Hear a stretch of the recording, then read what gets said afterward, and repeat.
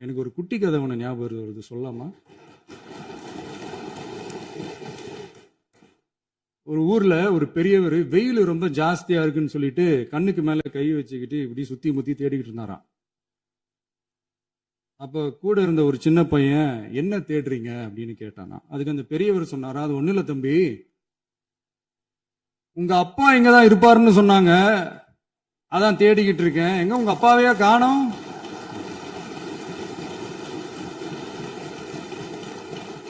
இல்ல, அந்த எங்களுக்கும் நக்கலா நையாண்டியா சம்பந்தம் இல்லாத குட்டி கதை இதெல்லாம் எங்களுக்கும் பேச தெரியும்.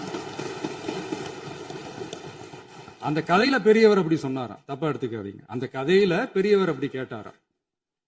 அதனால யாரும் இங்க டென்ஷன் ஆக வேணாம். அதனால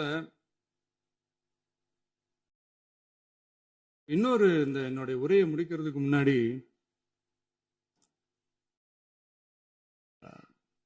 போயிட்டாங்க, பேசலாமா? உங்க கருத்துக்களை நீங்க முழுமையாக மன நிறைவோடு பேசலாம். டிவியில பார்ப்போம். சரி, அதான் 5 நிமிஷம் பேசுனதுக்கே கொலத்தூரி இந்த ஆட்டம் அடிச்சு பேசுனா அப்புறம் என்ன பண்றது? கடைசியா நான் இந்த உரையை முடிக்கிறதுக்கு முன்னாடி ஒரு முக்கியமான ஒரு விஷயம் பத்தி சொல்லணும். ஆளுநர் உரை அன்னைக்கு இந்த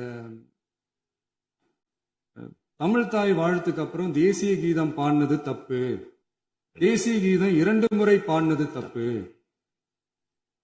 அப்படி ஒரு நிகழ்வு இதுக்கு முன்னாடி இந்த சட்டசபையில நடந்ததே கிடையாது, அந்த மரபே மாத்திட்டீங்க, இப்படி ஒரு பெரிய ஒரு போர் மாதிரி எதிர்கட்சியை சார்ந்தவங்க எல்லாம் சொன்னாங்க இல்லையா?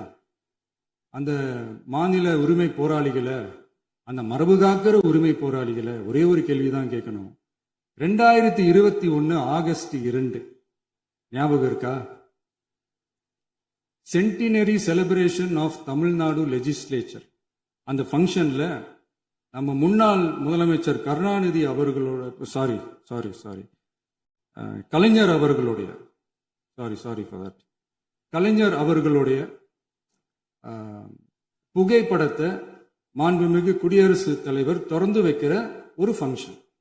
அந்த ஃபங்க்ஷன்ல national anthem followed by Tamil Thai Vazhthu அப்படின்னு அறிவிச்சது ஞாபகம் இருக்கா?